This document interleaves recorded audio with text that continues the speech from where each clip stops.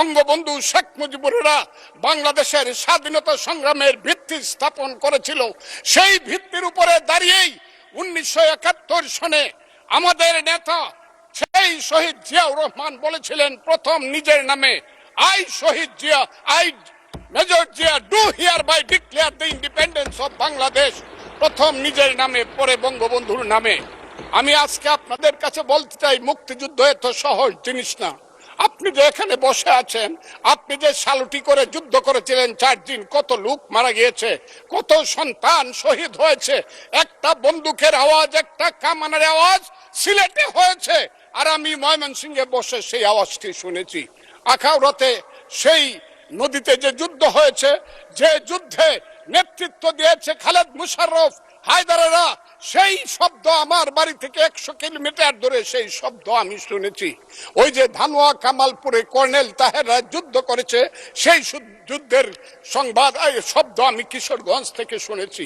11টা sector ছিল।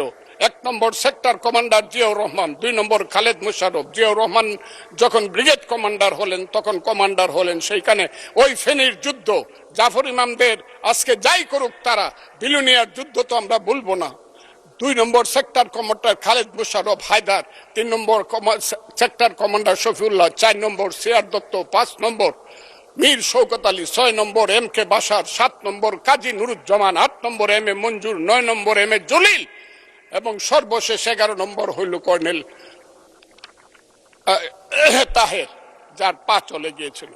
সেই যুদ্ধ, যে যুদ্ধে সারা পৃথিবী জড়িত ছিল, যে যুদ্ধে ইন্ডিয়া 3রা ডিসেম্বর 1971 সনে আমাদেরকে সহযোগী করার জন্য অংশগ্রহণ করেছিল, এবং তার হাজার হাজার সৈন্য এই মাটিতে রক্ত দিয়ে গেছে, এবং যে ইন্ডিয়া আমাদের দেশের স্বাধীনতার জন্য বঙ্গোপসাগরে যে 7ম নৌবহর এসেছিল, আমেরিকার বিশ্বযুদ্ধের রিস্ক নিয়েছিল, আমাদের জন্য সোভিয়েত ইউনিয়নের মতো 3টা ভেটু দিয়েছিল, তা হলে আমাদের দেশ স্বাধীন হতো কিনা সন্দেহ ছিল।